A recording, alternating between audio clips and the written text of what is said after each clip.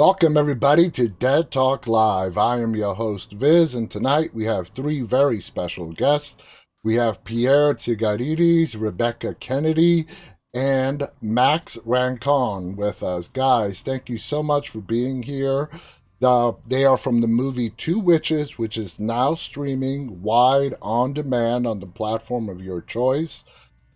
This is a great film. I'm really excited to chat with all of you about it. First off, how are you guys doing tonight? Good. Great.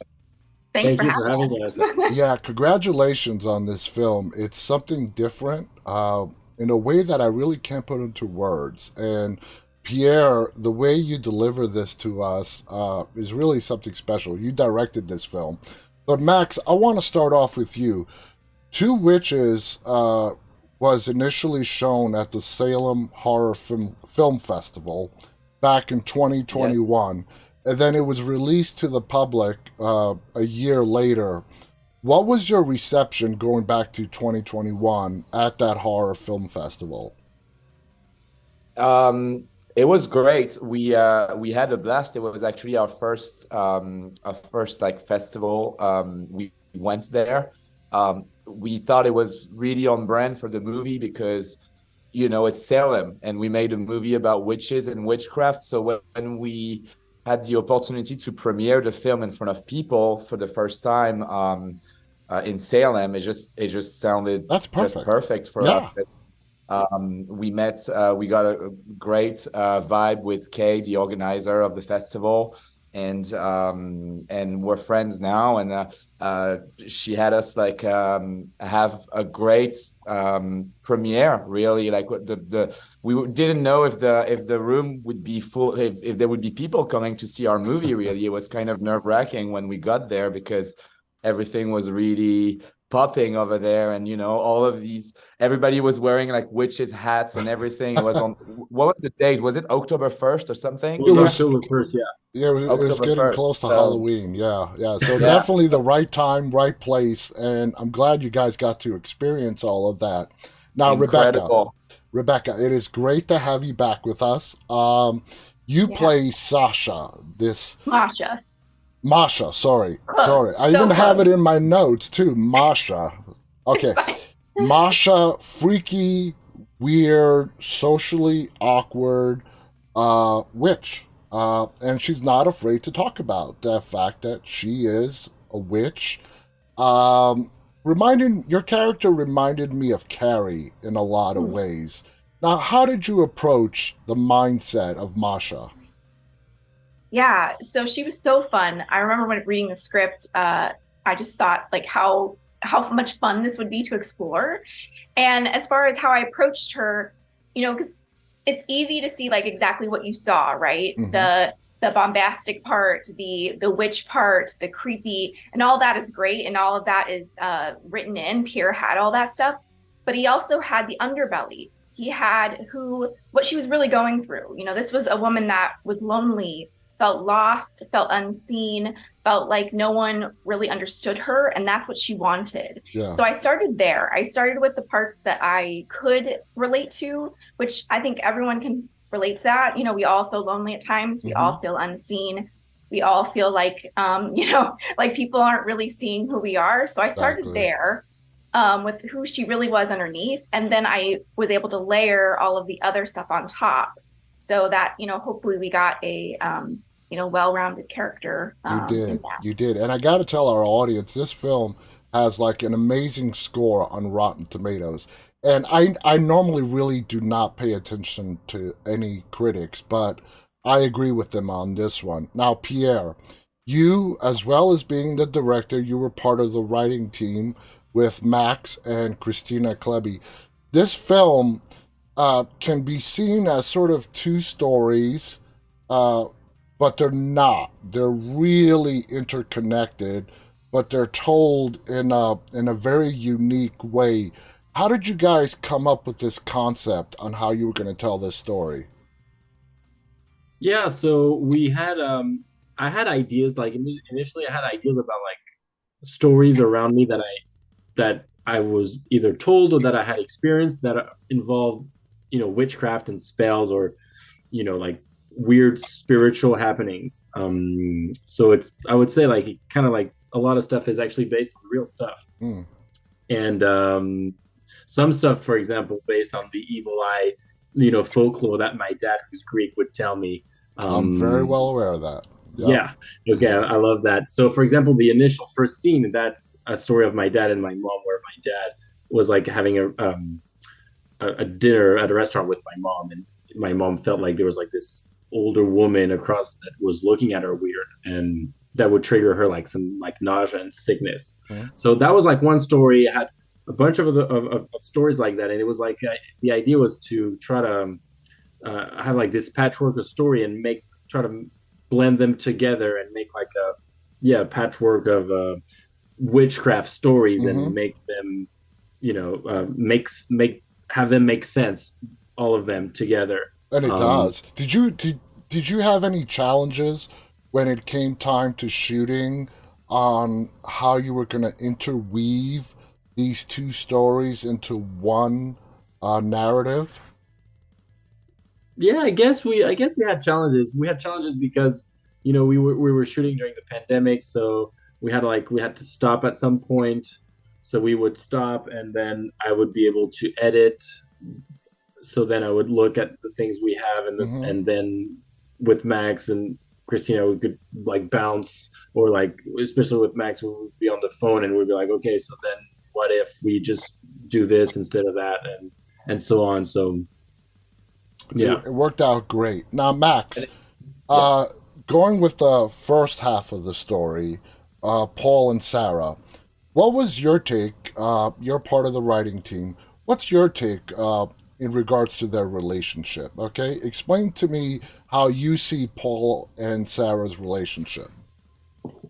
Are we so Simon and Sarah, right?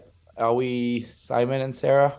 Yeah, I think it's Simon. Is it Simon? Okay. So you mean the first couple in the movie, right? Yes. I'm having a bad day. I'm having a bad day with character names. Let me tell you. That's okay.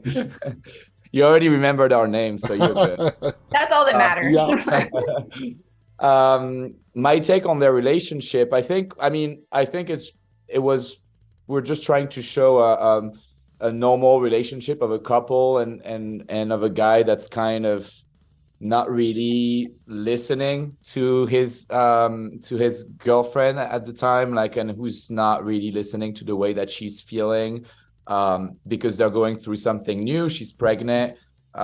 He's not really on the same page with her, and she's experiencing something kind of terrifying. Yeah. So it's hard for him to relate to her and to actually see what's coming. So that's kind of interesting. Maybe he should have paid a little bit more attention to what she was saying instead of dismissing her constantly. And that's kind of like the idea that we had for Simon. It's like, is this guy who doesn't believe really, and who's that eternal skeptic, and who will actually pay the price for this. Oh yeah, at some point in the movie. So yeah. Now, Pierre, in your directing style, I like how, I don't even know how to describe it, you do these quick takes from a person being normal face, to this like sort of possession mode with the white eyes and sort of demonic looking face. Tell us, what was your inspiration for you wanting it to direct it that way and to display it that way? I really like to put the emphasis on facial features, because I think like a facial expression is really, it conveys sometimes more fear than anything else. And even when we see like masks that are scary, they're usually based off of a facial expression anyways, from yeah. So the idea was to really explore that. I think my inspiration for faces like that, I think would be, well, it was not just the faces, it was the way like the take went from a completely normal face to like instantly being possessed. I found that very fascinating, and it really stands out. It really stands out, that transition. Well, thank you. Exactly. Yeah. I mean, there's, a face, like there's like so many muscles on a face that can do so many intricate things, that I think, it's interesting to, like you said, to do the transition from a like a relaxed phase that's normal, that everybody's like is used to seeing, especially on an actor that that's been playing the scene, and then something is really like a twitch, or like flexing the muscle a certain way. There was one time, for example, I was at a party, and there was this person in the hallway, and it was like this guy, and he was like standing still, and as I walked by, this guy like he wanted to puke, but he started to do like this really unexpected face of like this really like contorted face. I remember that image being like so striking, and it's like the guy was about to puke, but it actually was scary. Yeah, I could totally because see the transition was unexpected, and I think so that I think that's it. I think you hit the nail on the head. It's the unexpectedness of it, as well as the fast transition. Mm-hmm. That's something that we talk about all the time with Pierre when we're trying to like think about something scary. It's like we always say, like, the most unexpected thing is always the scariest. So a movement that you don't see much, or something that would be weird for someone to do, is always something that gets, it shocks your brain, so it's scarier. Yeah, I totally There's agree. also people sometimes that are addicted to like drugs, like heavy drugs. They have like little they're almost like people that have Tourette's. They'll do weird faces. That's something they can't control. Tics when and they're stuff like they're that. like in withdrawal or something. And again, it's like faces that have nothing to do with the situation. So then it's like a face that comes out of nowhere. And that in itself makes it pretty scary. Mm-hmm. Now, Rebekah, Masha comes across as a person who thinks she's invincible. She can do whatever she wants because, hey, I'm a witch. I can do whatever I want. I am untouchable. Until she comes into that confrontation near the end with Dustin. Did I get that character's name right? Yes. Oh, God, thank God. First time. All right. Now, in that confrontation with Dustin, you show us this look on your face of basically coming to reality and fear, the fear that was in your face. Wow, what an emotional, powerful emotion. Thank you. For me, that showed the naiveness to Masha. Do you agree with that? Is she naive to the world around her?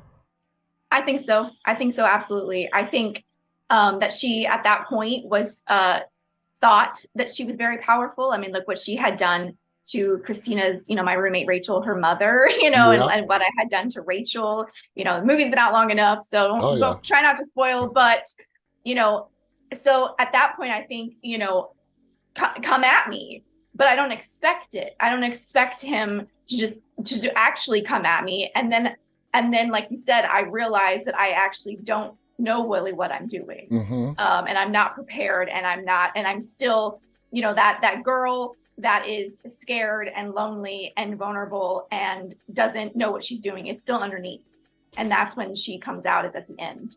And does that also explain, in your mind, her infatuation with her roommate Rachel, which is played by Christina Kleby? Is that why she's so infatuated with her, obsessed, stalker-like with her? Yeah, I think so. I think she wants her life. She sees that she has a boyfriend who loves her, and she has parents that love her and care about her, and she has a life. She has friends. People don't think that she's weird. People don't say that she's weird. And so she wants that life. And of course, Masha obviously goes, way too far. But yeah, I mean, she sees this person that has the life that she wants. And so it's like, well, why not take it? Absolutely. Now, Max, Pierre told us about his research into witchcraft. How about you? Did you do any kind of looking into the history, with the Salem, what happened in 1692, or any other kind of witchcraft for this story? Yeah, I mean, two different levels. Like, of course, always interested in the sound trials and all of the actual folklore around witches and witchcraft.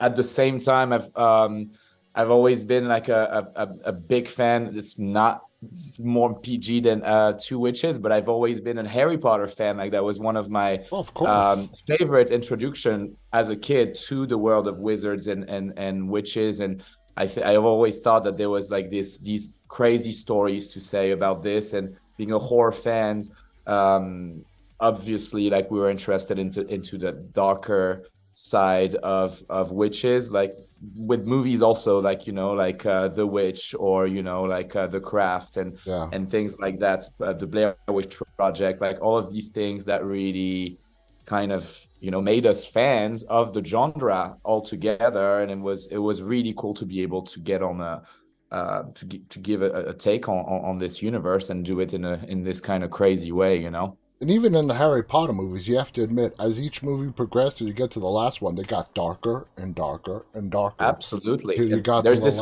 one. There's this whole thing about like the fight between evil and the good, right? Like the wizards that are nice and the wizards that are bad. And Hmm. and that's definitely something that we plan on talking about in the sequel of Two Witches. And it's something that we want to bring up to the screen, because I love the way that you say like Masha and her awkwardness and everything. And I always say that the way that Masha is getting her power and everything, she's so awkward because it's kind of like this puberty type of moment where Yeah. she's getting powerful and she doesn't know what to do with her powers, and she's experimenting, and she does some goofy things and dangerous things and everything. And it's like that's what the first movie is about. And that's why it's kind of also the movie, the way it's made, might feel a little awkward to some people, but it's kind of to the image of Masha becoming a real witch. And now the story can really begin. Okay, yeah, definitely. And we're looking forward to that. And by the way, at the end of this movie, this is a little bit of a spoiler, it does say to be continued. So there is going to be a Two Witches Part 2, which I'm really excited about. Now, Pierre, uh, this movie has its fair amount of gore. Okay. Normally in witch type movies, it's really not associated with that much gore. I'm not saying this is blood from start to finish, not in any way, but it has its good fair amount of gore. What made you feel it necessary to put in the amount of gore that you did? Well, I didn't really think it like that. I feel like I was more in I was more thinking like how can we show witchcraft in a under a different light Hmm. from the stuff we have seen in the past. So how can we show like spells and nasty spells and witches, you know, try to articulate witches a little bit more like slasher villains. Hmm. That's why we have the first witch was literally called the Boogie Woman because it's like she's kind of like a boogeyman in like Friday the 13th. Like she Yeah. bulldozes her way through, the first part of the movie. So the idea was to show the effects of spells and to make it, really fast paced and really more grindhouse kind of type of movie that we don't really see in witchcraft movies. Witchcraft movies usually they're kind of like slow paced, slow burn.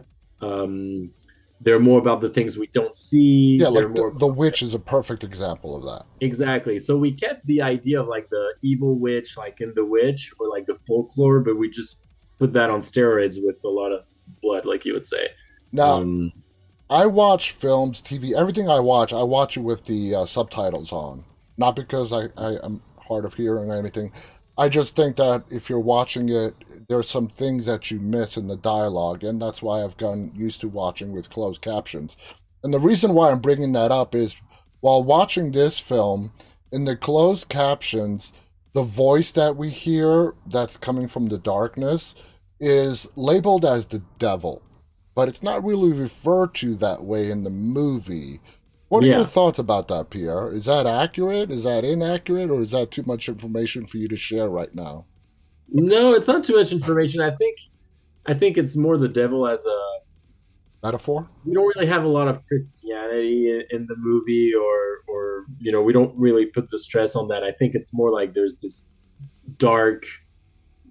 What's the word? Deity? Deity? How do you say it? Deity, yeah. Deity, yeah. It's like this darker deity that actually looks like a woman, and I mean, so it's something, unhuman, whether it's a demon or the devil itself. It's dark. exactly, That's all that really exactly. matters. Yeah, that's what really matters. Now, Rebecca, I want to throw the last question to you. We were talking about gore just a second ago. You were put into some elaborate makeup and you were a part of those special effects. Tell us what that was like. Yeah, our makeup artist KO did the talking about the burns at the end, I'm assuming. Oh, yeah. Yeah, she did that on me. How long did it take Pierre? About 2.5 hours, I'd say. I think so, at least. Something Yeah. like that. She's incredible. I mean, she did all that, like, yeah, we did it in about 2.5 hours. And then that was definitely one of the challenging scenes, only because, like Pierre said, we filmed it during the pandemic. And Hmm. so we filmed everything separate. So I was by myself when we filmed that, and then Yeah. Pierre would tell me which way to look and like who I was seeing and where I was seeing them and what was happening, because I didn't have any of the other actors there. Wow. So it was really cool to see that come together at the end, because I had no idea exactly how it was So gonna all work. the actors in that room were completely isolated in separate locations? Yes. It was the same location, just not at the same time. Yeah, Yeah. same location, just not at the same time. Wow. So working with the prosthetics, and Pierre and Max are both really great at, and through the whole film, about helping me figure out what looks good, how far I can go, if I can go further, making my face really be able to contort and express whatever I was needing to express underneath it all. So that was interesting. I've worked with prosthetics before. I've done full face, so it's always interesting how you can contort them and how you can make different facial expressions now that you have something else covering. So Absolutely. really interesting. And then of course the stuff that comes out at the end was like I don't even know, it was like bananas and It was applesauce bananas. It was Yeah. bananas. to make that That's gross pretty stuff at the creative. end. Max, before we go in talking about the sequel, can you share what stage is it in? Writing, filming, ideas? So yeah, we're excited to give a little bit of an update, because we have people asking, obviously. The movie is written. We are planning on starting shooting by this summer, if I'm not Nice. saying anything too crazy. So it will definitely come out, I would say, hopefully the year next year, probably 2024. 2024. We'll see, depending on the festival run and everything, like maybe 2025. But we will definitely be sharing a lot of content around the movie and everything. We're actually right now shooting another movie with Rebekah again. That's won't share the title, but it will be public pretty soon. Nice. But we're very, very excited to bring this other film to the people who enjoyed Two Witches, and maybe the ones who didn't enjoy it also. We're super excited to be working with Rebekah again and with some great people, and we think that this movie is going to make some people pretty afraid. Yeah, I'm it's sure gonna it be so will. fun. I'm sure it will, and I know I cannot wait. I want to thank all you guys, Rebecca, Pierre, Max, for coming on and sharing about the movie. It's called Two Witches. It is available right now on basically your streaming platform of choice, whether it's Amazon, Apple TV, Vudu. It's there. Rent it, buy it, check it out. You won't be disappointed. It is fantastic film, deep in story, characters, and some gore as well. I want to thank our audience, those of you who are tuning in live, and those who will be watching this later on. On behalf of Rebecca, Pierre, and Max, and myself, stay safe, stay walking. Good night, everybody. Thank you. Bye-bye.